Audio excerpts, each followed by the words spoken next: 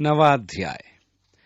और उसने उनसे कहा, मैं तुमसे सच कहता हूं कि जो यहाँ खड़े हैं उनमें से कोई कोई ऐसे हैं कि जब तक परमेश्वर का राज सामर्थ सहित आया हुआ न देख लें तब तक मृत्यु का स्वाद कदापि न चखेंगे। यीशु का कहने का क्या अर्थ है? शिष्यों की संपूर्ण पीढ़ी तो कब की समाप्त हो गई और हमने परमेश्वर के राज्य की सामर्थ को आते हुए नहीं देखा। क्या यीशु से भूल हुई? सबसे पहले तो ये जान लीजिए कि यीशु से कोई भूल नहीं हुई थी। यदि धर्मशास्त्र की व्याख्या करने में मैं कोई ऐसी व्याख्या कर दूं जिससे ऐसा प्रतीत हो कि यीशु ने भूल की थी, तो मेरी व्याख्या यह दर्शाती है कि यीशु का कथन मूर्खतापूर्ण था, तो मेरी व्याख्या उचित नहीं। प्राय ऐसा होता है कि व्याख्या प्रभु के वचनों का अनुचित अर्थ समझाती है। आगे लिखा है, 6 दिन के बाद यीशु ने पतरस और याकूब और यूहन्ना को साथ लिया और एकांत में किसी ऊंचे पहाड़ पर ले गया और उनके सामने उसका रूप बदल गया और उसका वस्त्र ऐसा चमकने लगा और यहां तक अति उज्जवल हुआ कि पृथ्वी पर कोई धोबी भी वैसा उज्जवल नहीं कर सकता। और उन्हें मूसा के साथ एलिया दिखाई दिया और वे यीशु के साथ बातें करते थे। पतरस, याकूब और यूहन्ना इस ऊंचे पहाड़ पर ले जाए गए। इस पर्वत पर जो कैसरिया फिलिप्पी में था, या यूं कहें कि कैसरिया फिलिप्पी उसकी तलहटी में बसा है। यीशु 6 दिन के बाद उन्हें इस पर्वत पर लाता है। यहाँ उसकी आंखों के सामने उसका रूपांतर हो गया और उसके वस्त्र चमकने लगे। जब वह इस अवस्था में ही था, तब मूसा और एलिया प्रकट हुए और वे उससे बातें करने लगे।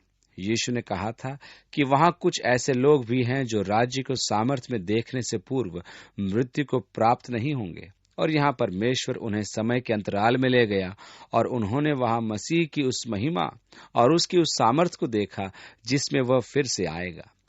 वे इस समय से निकलकर अनंत काल में ले जाए गए थे और उन्होंने परमेश्वर के राज्य को सामर्थ्य और महिमा में देखा जैसे कि वह था।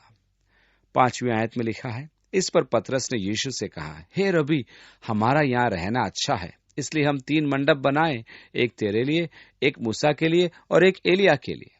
इस पवित्र देश में वेदी बनाने की अभिलाषा का आरंभ था कि जहां जहां रोचक घटनाएं घटी उन स्थानों को अनुष्ठित किया जाए। बेचारा पतरस, काश वह जान पाता कि उसने पवित्र देश के आने वाले समयों में क्या दशा कर दी होगी, परंतु उसने ये सुझाव प्रस्तुत क्यों किया? क्योंकि वह न जानता था कि क्या उत्तर दे, इसलिए कि वे बहुत डर गए थे। यदि आप जानते हैं कि क्या कहना है तो उचित होगा कि आप चुप रहें। ऐसे भी लोग हैं जो कुछ बोलते नहीं हैं, परंतु उनके मुंह खोलते ही मूर्खता निकलती है, क्योंकि वे जानते ही नहीं कि क्या कहें। उत्तम तो यह होगा कि आप अपना मुंह बंद रखें। अपना मुंह बंद रखकर उन्हें समझने दें कि आप मूर्ख हैं, या फिर अपने मुंह को खोलकर उसे आप प्रमाणित कर दें। वे भयभीत हो गए थे, वे नहीं जानते थे कि क्या कहें, इसलिए पतरस ने यह मूर्खता का सुझाव प्रस्तुत किया। 7वीं आयत में, तब एक बादल ने उन्हें छा लिया और उस बादल में से ये शब्द निकला कि यह मेरा प्रिय पुत्र है, उसकी सुनो। हम इब्रानियों के अध्याय 1 में पढ़ते हैं कि परमेश्वर जिसने पूर्व काल में हमारे पितरों से भविष्यत वक्ताओं के द्वारा भिन्न भिन्न रूपों में बात की थी, उसने इन अंतिम दिनों में अपने प्रिय पुत्र के द्वारा हमसे बातें की हैं। यहाँ मूसा भी उपस्थित था। मूसा किसका प्रतिनिधित्व करता है? व्यवस्था द्वारा परमेश्वर की वाणी का। एलिया किसका प्रतिनिधित्व करता है? भविष्यत वक्ताओं द्वारा परमेश्वर की वाणी का। सामान्यतः पुराने नियम का विभाजन किस प्रकार किया जाता है? यीशु के शब्दों में व्यवस्था और भविष्यद्वक्ता दोनों आए हैं। परमेश्वर ने अलग अलग समय पर पितरों से व्यवस्था और भविष्यद्वक्ताओं से बातें की, परंतु इन अंतिम दिनों में उसने हमसे अपने पुत्र के द्वारा बातें की हैं। यहाँ व्यवस्था का संवाहक और भविष्यद्वक्ताओं का प्रतिनिधि दोनों पर्वत पर यीशु से बातें कर रहे हैं। परमेश्वर कहता है, यह मेरा प्रिय पुत्र है, उसकी सुनो। व्यवस्था तो मूसा के द्वारा आई, परंतु अनुग्रह मसीह यीशु के द्वारा आया, उसकी सुनो। आज भी कुछ ऐसे मनुष्य हैं जो मसीह में अनुग्रह और सच्चाई में रहने की अपेक्षा उचित मानते हैं, परंतु परमेश्वर कहता है, यह मेरा प्रिय पुत्र है, इसकी सुनो। यीशु ने व्यवस्था और भविष्यद्वक्ता के विपरीत कुछ नहीं कहा। उसने कहा, मैं व्यवस्था को समाप्त करने नहीं वरन उसे पूरा करने आया हूं। उसने व्यवस्था और भविष्यद्वक्ताओं की कही बातों को पूरा किया। उसका जीवन ही भविष्यवाणी की पूर्ति थी। व्यवस्था और भविष्यवाणी की पूर्ति में उसने हमें परमेश्वर का यह मनोहर अनुग्रह प्रदान किया है, जिसके कारण परमेश्वर के साथ हमारी संगति है और उसके निकट आना अनुग्रह के कारण ही है। आगे लिखा है, तब उन्होंने एकाएक चारों ओर दृष्टि की और यीशु को छोड़ अपने साथ और किसी को न देखा। पहाड़ से उतरते हुए उसने उन्हें आज्ञा दी कि जब तक मनुष्य का पुत्र मरे हुओं में से जी न उठे, तब तक जो कुछ तुमने देखा है वह किसी से न कहना। उन्होंने इस बात को स्मरण रखा और आपस में वाद विवाद करने लगे कि मरे हुओं में से जी उठने का क्या अर्थ है। यह उनकी समझ से परे था। और उन्होंने उससे पूछा, शास्त्री क्यों कहते हैं कि एलिया का पहले आना आवश्य है? देखा आपने कि उन्होंने कुछ पहचान लिया था, तू मसीह है, पर शास्त्रियों का कहना है कि मसीह से पूर्व एलिया का आना आवश्यक है। 12वीं आयत में उसने उन्हें उत्तर दिया कि एलिया सचमुच पहले आकर सब कुछ सुधारेगा, परंतु मनुष्य के पुत्र के विषय में यह क्यों लिखा है कि वह बहुत दुख उठाएगा और तुच्छ गिना जाएगा। अब आप कहेंगे कि यह धर्मशास्त्र में क्यों लिखा है कि एलिया को पहले आना है, और धर्मशास्त्र के अनुसार मनुष्य का पुत्र मसीहा को अनेक दुख क्यों उठाने हैं। परंतु यहाँ वह किसी और पक्ष की चर्चा कर रहा है। यह सत्य है कि धर्मशास्त्र कहते हैं कि एलिया पहले आएगा। उसमें यह भी लिखा है कि मानव पुत्र अर्थात मसीहा अनेक दुख उठाएगा। इस प्रकार मसीह के आगमन के दो पक्ष हैं। वह सामर्थ और महिमा में आएगा और उससे पूर्व एलिया आकर सब कुछ पुनः स्थापित करेगा। परंतु एलिया तो आ गया। यूहन्ना बपतिस्मा देने वाले ने एलिया की भूमिका निभाई थी कि वह अग्रगामी हो। इसलिए उसने कहा, परंतु मैं तुमसे कहता हूं कि एलिया तो आ चुका और जैसा उसके विषय में लिखा है, उन्होंने जो कुछ चाहा उसके साथ किया। यूहन्ना बपतिस्मा देने वाले के विषय में भी भविष्यवाणी पूरी हो गई। और जब वह चेलों के पास आया तो देखा कि उनके चारों ओर बड़ी भीड़ लगी है और शास्त्री उनके साथ विवाद कर रहे हैं। और उसे देखते ही सब बहुत ही आश्चर्य करने लगे और उसकी ओर दौड़कर उसे नमस्कार किया। उसने उनसे पूछा, तुम इनसे क्या विवाद कर रहे हो? अब चरवाहा आ गया और उसने अपनी भेड़ों को परेशानी में देखा। शास्त्री उनसे बातें कर रहे हैं, वह सीधा उनकी सुरक्षा के लिए जाता है। तुम उनसे क्या वाद विवाद करते हो? यही वह हृदय है जो एक सच्चे चरवाहे का होता है कि वह भेड़िए से अपनी भेड़ों की सुरक्षा करे। कुछ समय पूर्व हमारे बाइबल अध्ययन कक्षाओं में अनेक जन मसीह को ग्रहण करने आगे आए। मैं पीछे के कमरे में उसकी सेवा में व्यस्त था। जब मैं बाहर आया तब मैंने क्या देखा कि कुछ लोग इन नए नए विश्वासियों को घेर कर कुछ कुछ बोल रहे हैं।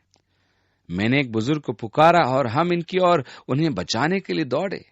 मेरे मन में आया कि जो इन्हें गलत सिखा रहे थे उनको कोड़ा बनाकर मारो। मैं क्रुद्ध हो गया। हम दोनों ने मिलकर उन्हें खदेड़ा और भगाया। वे किसी धर्म के धंधों के समुदाय के सदस्य थे जो हमारी भेड़ों को चुराने आए थे। भीड़ में से एक ने उससे उत्तर दिया कि हे गुरु, मैं अपने पुत्र को, जिसमें गूंगी आत्मा समाई है, तेरे पास लाया था। जहां कहीं वह उसे पकड़ती है वहीं पटक देती है और वह मुंह में फैन भर लाता और दांत पीसता और सूखता जाता है। और मैंने तेरे चेलों से कहा था कि वे उसे निकाल दे, परंतु वह निकाल न सके। यह सुनकर उसने उनसे उत्तर देके कहा कि हे अविश्वासी लोगों, मैं कब तक तुम्हारे साथ रहूंगा और कब तक तुम्हारी सहूंगा? उसे मेरे पास लाओ। तब वे उसे उसके पास ले आए और जब उसने देखा तो उस आत्मा ने तुरंत उसे मरोड़ा और वह भूमि पर गिरा और मुंह से फैन बहाते हुए लौटने लगा। उसने उसके पिता से पूछा, इसकी यह दशा कब से है? उसने कहा, बचपन से। उसने इसे नाश करने के लिए कभी आग और कभी पानी में गिराया, परंतु यदि तू कुछ कर सके तो हम पर तरस खाकर हमारा उपकार कर। यीशु ने उससे कहा, यदि तू कर सकता है, ये क्या बात है? विश्वास करने वाले के लिए सब कुछ हो सकता है। बालक के पिता ने तुरंत गिड़गिड़ा कर कहा, हे प्रभु, मैं विश्वास करता हूं, मेरे अविश्वास का उपाय कर। भावनाओं से युक्त एक चरित्र चित्रण। आप उस पिता की भावनाओं को समझ सकते हैं जिसका पुत्र दयनीय दशा में हो और वो बोल भी न पाए। अधिक दुख तो उसे इस बात का था कि उसके पुत्र को मिर्गी के दौरे पड़ते थे और वो तड़पता था। वो मुंह से फैन उगलता था और दांतों को पीसता था। वह कई बार इसके कारण पानी में भी गिर जाता था और यदि आग के पास से हो तो आग में भी गिर जाता था। पुत्र के इस रोग के कारण उसके पिता का दिल कैसा दुखता होगा। हताश होकर वह यीशु के पास आया। जब वह यीशु के पास लाया गया तो शैतान ने उसे फिर एक झटक दिया। वह नीचे गिर पड़ा और तड़पने लगा तथा उसके मुंह से फैन निकलने लगा। तब पिता गहन निराशा में बोला, हे प्रभु, यदि तू कुछ कर सकता है तो कृपया करके हम पर रहम कर। यीशु ने उसे उत्तर दिया, यदि तू विश्वास रखता है तो रख, क्योंकि विश्वासी के लिए सब कुछ संभव है। आह, कैसी महान प्रतिज्ञा! जो विश्वास रखे उसके लिए सब कुछ संभव है। जब यीशु ने देखा कि लोग दौड़कर भीड़ लगा रहे हैं और उस बालक का पिता पुकार उठा, मेरे जीवन के उस क्षेत्र में मेरी सहायता कर जहां अविश्वास अब भी शेष रहा है। इस प्रकार की घटना को देखने के लिए तो लोग जिज्ञासावश आगे चले आते हैं। 25वीं आयत में तो उसने अशुद्ध आत्मा को यह कहकर डांटा कि हे गूंगी और बहरी आत्मा, मैं तुझे आज्ञा देता हूं, उसमें से निकला और उसमें फिर कभी प्रवेश न कर। यहां ध्यान देने योग्य बात यह है कि यीशु ने उसे एक और आज्ञा दी कि उसमें फिर प्रवेश न करना। यीशु ने कहा कि जब दुष्टात्मा मनुष्य में से निकलकर बाहर जाती है तो वह निर्जन स्थानों में आवास खोजते, और यदि उसे वहां निवास स्थान नहीं मिलता तो वह पुनः अपने पुराने आवास पर आता है और उसे स्वच्छ एवं झाड़ा बुहारा देखकर बाहर जाकर अन्य 7 दुष्टात्माओं को साथ लेकर आता है कि उसके साथ उस आवास में वास करे। अब उस व्यक्ति की अवस्था उसकी पूर्व अवस्था से कहीं अधिक दयनीय बन जाती है। यही कारण था कि यीशु ने कहा उसमें फिर प्रवेश न करना। परमेश्वर के पुत्र पुत्रियां होने के कारण आप इन प्रधानताओं और अधिकारों से संघर्ष करते रहते हैं। हम एक आत्मिक युद्ध में संघर्षरत रहते हैं। हमें प्रेतात्माओं का व्यक्तिगत अनुभव नहीं होता है क्योंकि हम मसीह में हैं, परंतु जहां सुसमाचार नहीं पहुंचा है वहां प्रेतात्माओं द्वारा मनुष्य को ग्रस्त करते हुए देखा जा सकता है। तब वह चिल्लाकर और उससे बहुत मरोड़ कर निकल आई और बालक मरा हुआ सा हो गया। यहां तक कि बहुत लोग कहने लगे कि वह मर गया, परंतु यीशु ने उसका हाथ पकड़ के उसे उठाया और वह खड़ा हो गया। जब वह घर में आया तो उसके चेलों ने एकांत में उससे पूछा, हम उसे क्यों न निकाल सके? बहुत अच्छा प्रश्न। वे उस दुष्टात्मा पर सामर्थ नहीं पा सके थे। उसने उनसे कहा कि यह जाति बिना प्रार्थना व उपवास के नहीं निकल सकती। ऐसा प्रतीत होता है कि दुष्टात्माएं की भी श्रेणियां होती है, क्योंकि बाइबल उनका उल्लेख करती है। वह उन्हें प्रधानताओं और अधिकारों कहकर बताती है। उनके कुछ अन्यों से अधिक सामर्थ्य हैं और वे निष्कासन के लिए प्रतिरोध उत्पन्न करती हैं। यह उसी प्रकार की अधिक सामर्थ्य दुष्टात्माएं में से एक थी। इस समय शिष्य उसे निकाल नहीं पाए थे। यीशु ने आकर उसे निकाला। यीशु ने अपने शिष्यों को उत्तर दिया कि इस प्रकार की दुष्टात्मा केवल प्रार्थना और उपवास के द्वारा निकाली जा सकती है।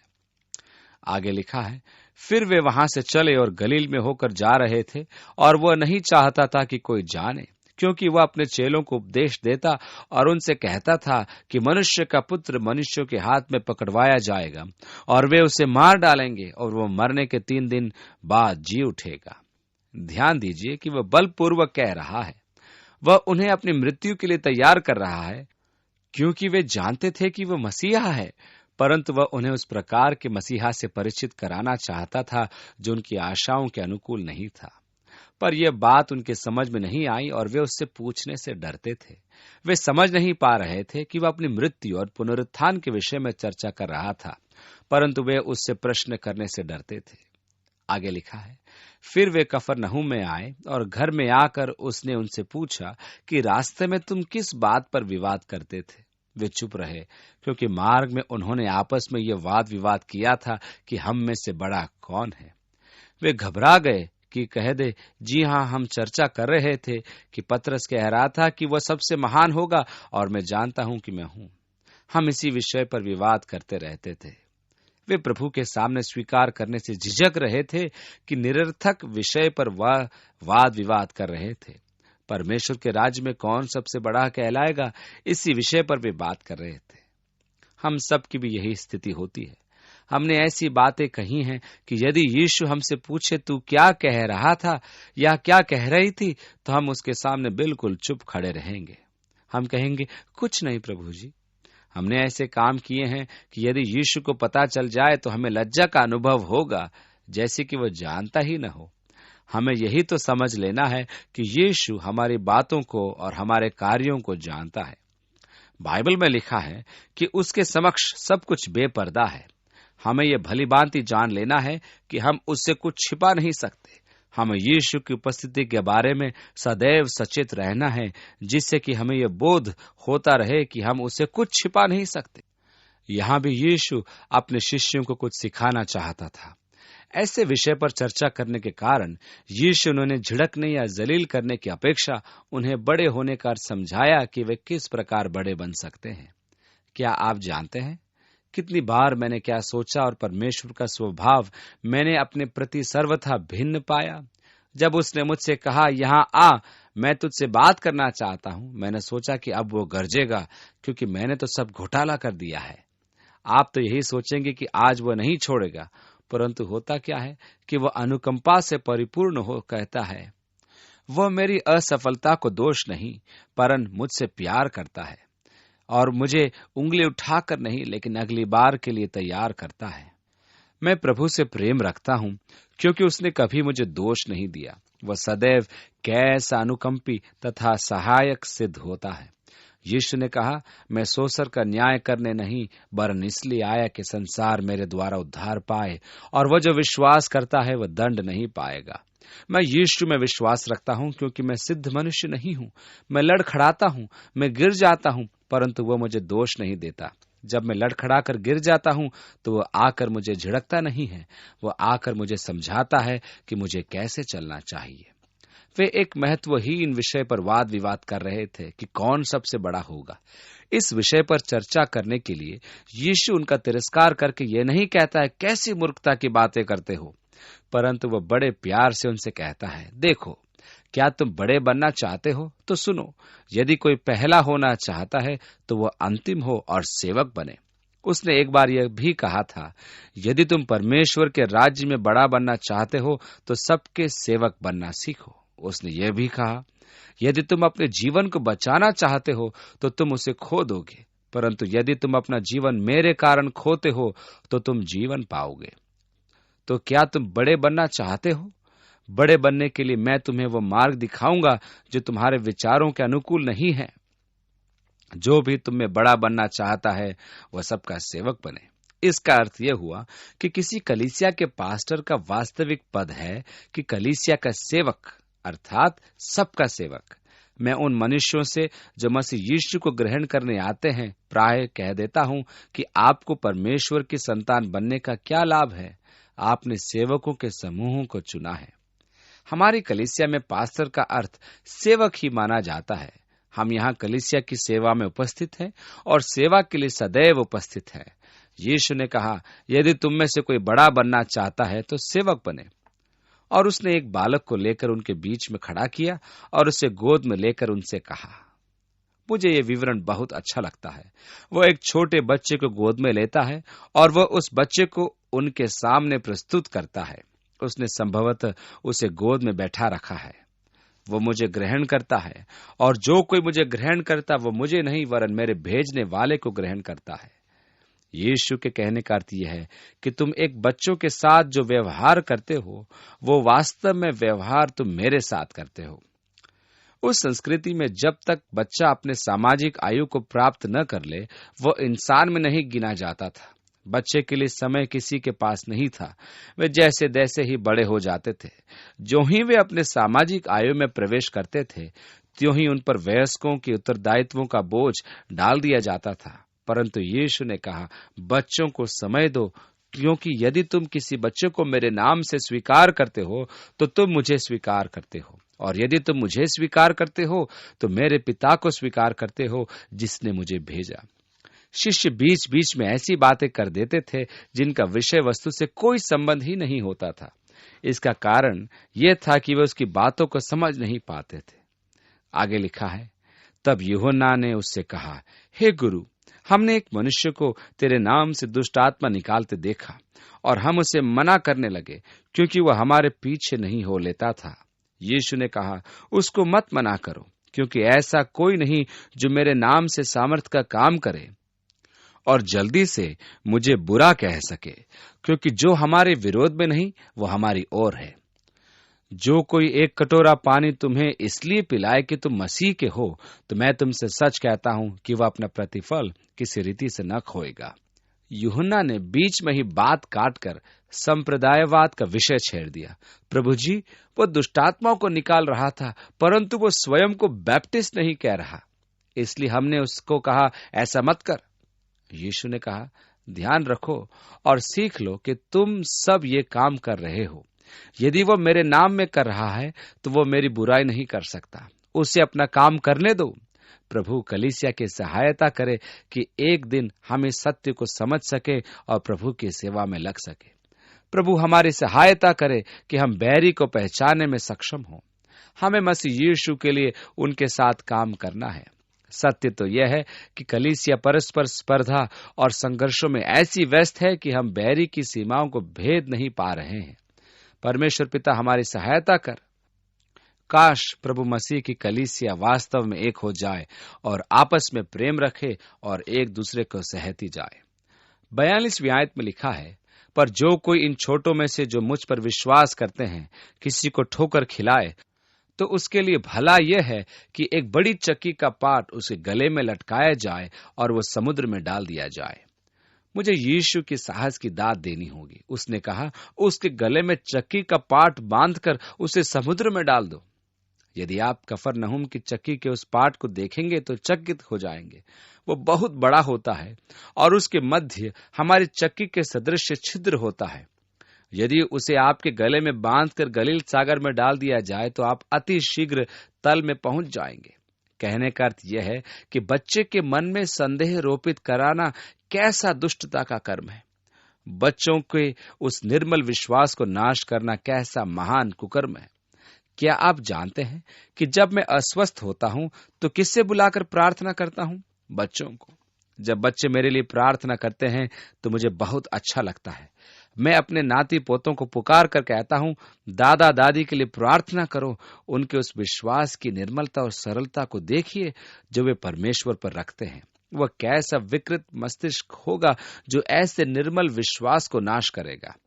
यीशु की एक ही राय थी कि उसके गले में चक्की का पाट बांधकर उसे गलील सागर में डाल दिया जाए कि वह मेरे इन नन्हे विश्वासियों के विश्वास को आहत न करे। यदि तेरा हाथ तुझे ठोकर खिलाए तो उसे काट डाल। टुंडा होकर जीवन में प्रवेश करना तेरे लिए इससे भला है कि तू 2 हाथ रहते हुए नरक के बीच उस आग में डाला जाए जो कभी बुझने की नहीं। मित्रों, ध्यान दें कि ये यीशु के वचन हैं। आज अनेक आधुनिक विचारधारक कहते हैं कि नरक है ही नहीं, लेकिन ये वचन यीशु के हैं और मैं न तो इसमें कुछ जोड़ना चाहता हूं और न ही इनमें कुछ घटाना चाहता हूं। मेरे विचार में वह सब संतों से अधिक जानता है, इसलिए इन प्रचारकों और संतों पर विश्वास करने से अधिक उसके वचनों पर हमें विश्वास करना चाहिए। यीशु के अनुसार नरक एक वास्तविक स्थान है, किसी भी कीमत पर उससे बचना आवश्यक है। 45वीं आयत में, और यदि तेरे पांव तुझे ठोकर खिलाएं तो उसे निकाल डाल। यहाँ जो शब्द नरक के लिए प्रयोग किया गया है वो यूनानी भाषा में नरक के लिए आमतौर पर काम में लिया जाने वाला शब्द नहीं है। हेदेस यूनानी में उस स्थान को कहते हैं जहां अधर्मी पृथ्वी के गर्भ में रखे जाएंगे। यहाँ प्रयोग किया गया शब्द है जहन्नम, जो शैतान और उसके दूतों के लिए अंतिम एवं स्थायी स्थान है। परमेश्वर उन्हें चयन का अवसर प्रदान करेगा और वे अनंत काल के लिए डाल दिए जाएंगे। आगे लिखा है, और यदि तेरी आंख तुझे ठोकर खिलाए तो उसे निकाल डाल। काना होकर परमेश्वर के राज्य में प्रवेश करना तेरे लिए इससे भला है कि 2 आंख रहते हुए तू नरक में डाला जाए, जहां उनका कीड़ा नहीं मरता और आग नहीं बुझती, क्योंकि हर एक जन आग से नमकीन किया जाएगा। नमक अच्छा है, पर यदि नमक की नमकीनी जाती रहे तो उसे किससे स्वादिष्ट करोगे? अपने में नमक रखो और आपस में मेल मिलाप से रहो। ये कठोर शब्द है, परंतु यीशु ने कहे थे, मैं उनसे छेड़छाड़ का साहस नहीं करता, मैं उनमें परिवर्तन लाने का प्रयास नहीं करूंगा। यह उचित ही होगा कि उन पर विश्वास किया जाए और स्वयं के अपराध का बोध किया जाए। ऐसा न हो कि अविश्वास के कारण अपने को अपराधी स्वीकार न करें।